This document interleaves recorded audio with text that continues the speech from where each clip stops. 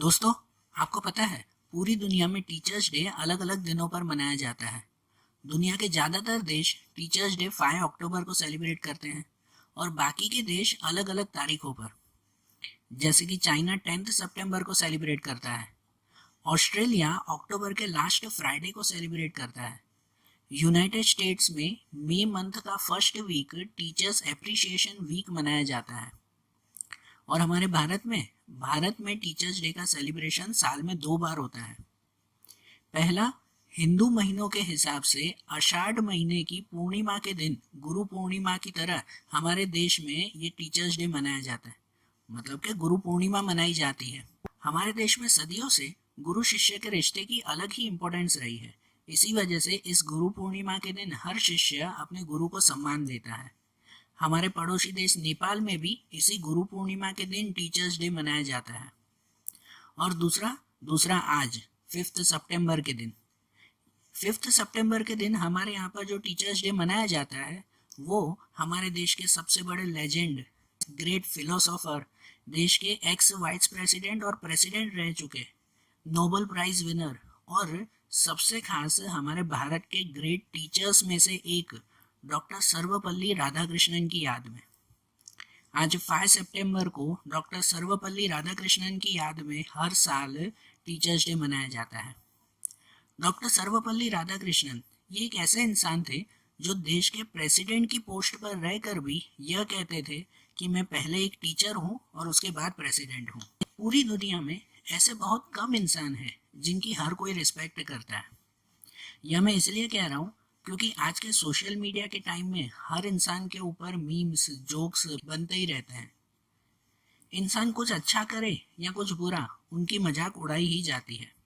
हमारे देश के राष्ट्रपिता महात्मा गांधी हो या फिर राष्ट्रपति नरेंद्र मोदी हो, आज के सोशल मीडिया के ज़माने में हर कोई मीम्स और जोक्स का शिकार बन ही जाता है। लेकिन क्या कभी आपने डॉक्टर अब्दुल कलाम के ऊपर जोक्स बनते हुए देखे हैं? डॉक्टर बाबा साहेब आम्बेडकर या फिर डॉक्टर सर्वपल्ली राधाकृष्णन पर जोक्स बनते हुए देखे हैं? मैंने तो नहीं। They are the most respected person and above all they all are teachers. Doctor Sarvepalli Radhakrishnan की अगर बात करें ना हम लोग, तो डॉक्टर सर्वपल्ली राधाकृष्णन का जन्म मद्रास प्रेसिडेंसी के तिरुतनी गांव में हुआ था 5 सितंबर 1888 को। कहते हैं कि काले कोयले में से निकलकर हीरे की तरह चमकने वाले ये इंसान डॉक्टर सर्वपल्ली राधाकृष्णन थे, क्योंकि इनका जन्म एक गरीब लेकिन एक विद्वान ब्राह्मण के घर में हुआ था।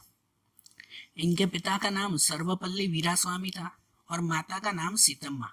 वीरास्वामी के 5 पुत्र थे और एक पुत्री थी और उनमें से राधाकृष्णन दूसरे नंबर पर थे। इतना बड़ा परिवार और आमदनी कम होने की वजह से राधाकृष्णन के पिता को काफ़ी मुश्किलों से परिवार का गुजारा करना पड़ता था। इसका मतलब ये कि राधाकृष्णन का बचपन बहुत गरीबी में बीता है। लेकिन आप ही देखो दोस्तों कि सिर्फ शिक्षा, एजुकेशन के बल पर ही राधाकृष्णन किस ऊंचाइयों तक पहुंचे हैं। राधाकृष्णन जब बड़े फिलोसोफर बने ना, तब वह यही कहते थे कि सिर्फ शिक्षा के द्वारा ही इंसान अपने मस्तिष्क का पूरा उपयोग कर सकता है और अज्ञानता से बाहर निकलकर ज्ञान से अपना जीवन सुधार सकता है। और उनकी इस बात का प्रूफ उनकी अपनी लाइफ से ही पता चलता है हमें। राधाकृष्णन की शुरुआत की एजुकेशन तिरुपति के क्रिश्चियन मिशनरी एक संस्था लुथरन मिशन स्कूल में पूरी हुई। उसके आगे उन्होंने वेल्लोर में और उसके बाद मद्रास क्रिश्चियन कॉलेज में उन्होंने एजुकेशन ली है। उन्होंने जब सिर्फ मैट्रिक पास की थी ना, तब इनके परिवार की स्थिति अच्छी न होने की वजह से इनके पिता ने इन्हें पढ़ाई छोड़कर कुछ काम करने के लिए कहा। लेकिन राधाकृष्णन अपनी पढ़ाई छोड़ना नहीं चाहते थे, तो राधाकृष्णन ने मैट्रिक के बाद स्कॉलरशिप मिली उन्हें और उनके सहारे उन्होंने आगे की पढ़ाई पूरी की। और जब वो कॉलेज में गए ना, तो कॉलेज में पढ़ने के साथ साथ दूसरे बच्चों को पढ़ाकर ये अपना खर्चा खुद निकालते थे। और इस तरह से उन्होंने फिलोसॉफी में एमए उन्होंने कंप्लीट किया है। फिलोसॉफी एंड हिंदू रिलीजन के ऊपर उन्होंने काफ़ी गहरा ज्ञान प्राप्त किया है और ये दोनों सब्जेक्ट उनको एक्सीडेंटली मिले। राधाकृष्णन जब छोटी एज के थे ना, तब इनके एक कजिन ने फिलोसॉफी की स्टडी कंप्लीट की थी और उसके बाद अपनी किताबें उन्होंने राधाकृष्णन को दे दी।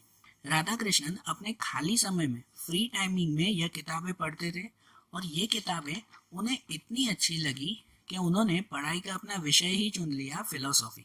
और दूसरा, जब ये हम मद्रास क्रिश्चियन कॉलेज में थे ना, तब उस वक्त कुछ क्रिश्चियन लड़के हिंदू रिलीजन का मजाक उड़ाते और हिंदू रिलीजन की बुराई करते थे। इस बात को राधा कृष्णन ने एक चैलेंज के रूप में ले लिया और उन क्रिश्चियन लड़कों की बातें सही हैं या गलत, ये पता लगाने के लिए उन्होंने हिंदू रिलीजन, हिंदू धर्म की स्टडी करना शुरू कर दिया। हिंदू रिलीजन का भरपूर ज्ञान लेने के बाद ही राधा कृष्णन को रियलाइज हुआ कि हिंदू धर्म काफी समृद्ध है और दुनिया का हर ज्ञान इस हिंदू धर्म शास्त्रों में लिखा हुआ है। मतलब उन्होंने पता कर लिया था कि उन क्रिश्चियन लड़कों की हिंदू रिलीजन के बारे में सब बातें झूठी हैं। राधा कृष्णन का हिंदू धर्म के लिए सम्मान बहुत बढ़ गया, लेकिन उन्होंने कभी दूसरे धर्म के प्रति अपना सम्मान कम नहीं किया था। देखा, यही तो राधा कृष्णन की महानता थी कि दूसरे जब बुराई करे तो उन्हें भी चुनौती, चैलेंज के रूप में लेकर और उनमें से भी ज्ञान हासिल किया उन्होंने। और यहाँ से राधा कृष्णन ने हिंदू धर्म का ज्ञान लेना जो शुरू किया था कि आगे चलकर इस ज्ञान के सहारे उन्होंने पूरी दुनिया में ये ज्ञान बांटा है। 1909 में सिर्फ 21 साल की उम्र में डॉक्टर राधा कृष्णन ने मद्रास प्रेसिडेंसी कॉलेज में लेक्चरर की जॉब शुरू की। राधा कृष्णन बहुत खुश थे कि उन्हें अपनी पसंद की टीचिंग की जॉब मिली है। उन्होंने काफी साल तक यहाँ काम किया और साथ में ही अपना भारतीय दर्शन, भारतीय धर्म और इंडियन फिलोसॉफी के ऊपर अपनी स्टडी, अपना अध्ययन भी चालू ही रखा। मतलब कि काम के साथ साथ उन्होंने अपनी पढ़ाई, अपनी नॉलेज भी बढ़ाना उन्होंने कंटिन्यू ही रखा था। राधा कृष्णन जब लेक्चरर के काम के साथ अपनी फिलोसॉफी की ट्रेनिंग भी मद्रास में ले रहे थे, तब इनका फिलोसॉफी का बाहरी ज्ञान ही इतना था, इनके प्रोफेसर, इनके खुद के फिलोसॉफी के प्रोफेसर इनकी बातें सुनकर आश्चर्यचकित हो जाते थे। और इनके ही प्रोफेसर ने राधा कृष्णन को क्लास से छुट्टी दे दी कि आप भले फिलोसॉफी की क्लास अटेंड नहीं करोगे तो भी चलेगा। लेकिन राधा कृष्णन ने इसके बदले में अपने ही क्लास में लेक्चर देने की डिमांड की कि एक बार वो अपने ही क्लास में कुछ बोलना चाहते हैं। राधा कृष्णन ने अपने ही क्लास में अपने ही साथियों को फिलोसॉफी के जो लेक्चर दिए ना, तो वह सुनकर क्लास के सभी स्टूडेंट्स भी शॉक हो गए। इन लेक्चर्स में उन्होंने जो बातें कही, जो शब्द उन्होंने इस्तेमाल किए, जो नॉलेज उन्होंने दी थी, वह इतनी शानदार थी कि उनके ये लेक्चर आगे चलकर छोटी छोटी किताबों के रूप में पब्लिश हो गए। राधा कृष्णन के ये अपने ही क्लास में दिए हुए लेक्चर आगे चलकर किताबों के रूप में पब्लिश हुए। 1918 में उन्होंने मैसूर यूनिवर्सिटी में को प्रोफेसर का काम शुरू किया और आगे चलकर उसी यूनिवर्सिटी में उन्होंने प्रोफेसर का काम भी किया था। राधा कृष्णन जब टीचर थे तब क्लास के समय के नियमों को वह नहीं मानते थे। वह अक्सर क्लास में जब 50 मिनट का लेक्चर होता था तो वो पढ़ाने के लिए हमेशा 20 मिनट लेट आते थे और 10 मिनट पहले ही चले जाते थे। वे ये कहते थे कि उनको जो पढ़ाना है ना, उसके लिए 20 मिनट ही इनफ है। बताओ क्या बात है। और इसके बावजूद वह सभी स्टूडेंट के रिस्पेक्टेड और चहीते टीचर बने थे। स्टूडेंट राधा कृष्णन को कितना प्यार करते थे या कहो कितनी रिस्पेक्ट करते थे, इसका पता हमें इस बात से चलता है कि मैसूर यूनिवर्सिटी में जब उनका आखिरी दिन था, उसके आगे अब वो कलकत्ता यूनिवर्सिटी में पढ़ाने के लिए जाने वाले थे। तो उस फेयरवेल के दिन, आखिरी दिन, सभी स्टूडेंट्स ने राधा कृष्णन से ये कहा कि आज उन्हें घोड़ा गाड़ी में स्टेशन तक जाना चाहिए। तो राधा कृष्णन ने कॉलेज के बाहर जाकर देखा तो वहां पर पूरी घोड़ा गाड़ी फूलों से सजी हुई थी। फूलों से सजी हुई थी वो घोड़ा गाड़ी, लेकिन वहां पर घोड़े नहीं थे, खाली वो गाड़ी से बग्गी ही वहां पर थी। तब सभी स्टूडेंट्स ने घोड़े की जगह पर खुद खड़े होकर गाड़ी खींचकर राधा कृष्णन को स्टेशन तक छोड़कर आए थे। ये उनके लिए बहुत सम्मान की बात थी। इसके बाद डॉक्टर राधा कृष्णन ने कलकत्ता यूनिवर्सिटी में, Andhra university, Kashi Hindu university, Delhi university और यहाँ तक कि बाहर के देशों में भी ऑक्सफोर्ड यूनिवर्सिटी, हार्वर्ड यूनिवर्सिटी जैसी बड़ी बड़ी यूनिवर्सिटीज़ में अपने फिलोसॉफी का ज्ञान दिया है और हिंदू धर्म के बारे में पूरी दुनिया को उन्होंने बताया। उन्होंने ऑक्सफोर्ड यूनिवर्सिटी में जाकर वहाँ के लोगों को ये समझाया कि हिंदू रिलीजन वो दुनिया का सबसे महान रिलीजन में से एक है और पूरी दुनिया में जो भी लाइफ थॉट्स आती है ना, वो सब हिंदू रिलीजन के बेस पर है। बताओ कि उन्होंने अपना ज्ञान सिर्फ भारत में ही नहीं लेकिन पूरी दुनिया में बांटा है। 1929 में उनकी मुलाकात पंडित जवाहरलाल नेहरू और गांधी जी के साथ हुई और राधा कृष्णन ने टीचिंग के साथ साथ आज़ादी की चहल पहल में भी अपना साथ दिया। गांधी जी के साथ उन्होंने कुछ सत्याग्रह किए, उन्हें जेल भी जाना पड़ा। और ये इस सत्याग्रह के समय में वो जहाँ पर भी अपना भाषण देने के लिए जाते थे ना, तो वहाँ लोगों की भीड़ उमड़ पड़ती थी उन्हें सुनने के लिए। पंडित जवाहरलाल नेहरू को राधा कृष्णन के बोलने के अंदाज पर इतना विश्वास था कि वह चाहते थे कि राधा कृष्णन 14 अगस्त 1947 को रात के समय अपना भाषण शुरू करें और रात के पूरे 12 बजे अपना भाषण पूरा करें, जिससे राधा कृष्णन का भाषण पूरा होते ही पंडित जवाहरलाल नेहरू 15 अगस्त को देश की आज़ादी घोषित करेंगे। ये बात सिर्फ इन दोनों को ही पता थी, इन दोनों ने ही ऐसे प्लानिंग की थी और इन दोनों ने मिलकर यह काम किया भी। रात के पूरे 12 बजे राधा कृष्णन ने अपना भाषण पूरा किया और उसी वक्त जवाहरलाल नेहरू ने पूरे देश में आज़ादी घोषित की। ये 15 अगस्त 1947 को हमें आज़ादी मिली। आज़ादी के बाद राधा कृष्णन भारत के पहले वाइस प्रेसिडेंट और उसके बाद दूसरे प्रेसिडेंट भी बने।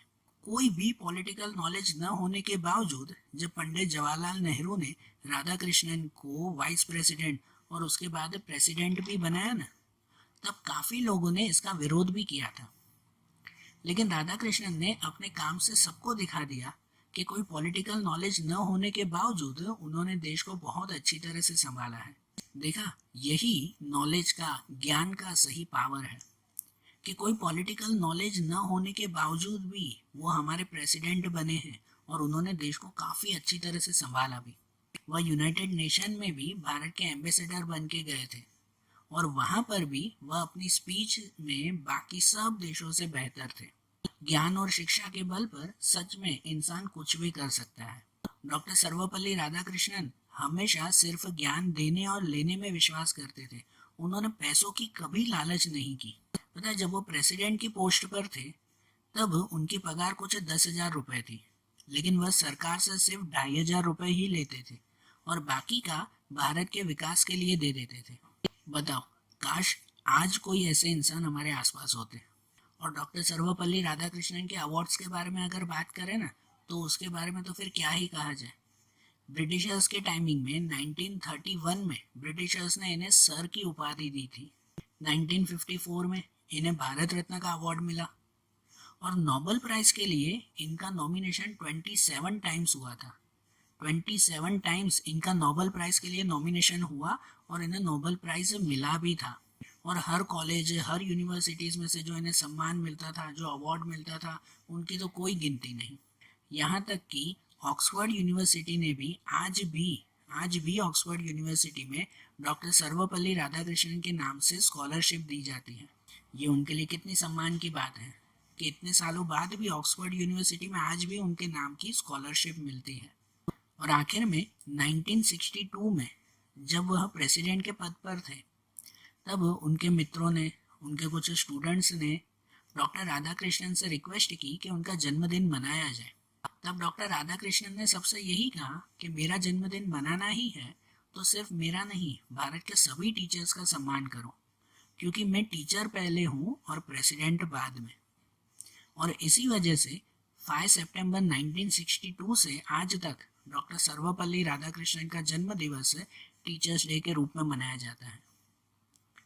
ऐसे हमेशा दूसरों के लिए जीने वाले, अपनी शिक्षा से हजारों विद्यार्थियों का जीवन बदलने वाले the greatest teacher doctor Sarvepalli Radhakrishnan को मेरा शत शत नमन।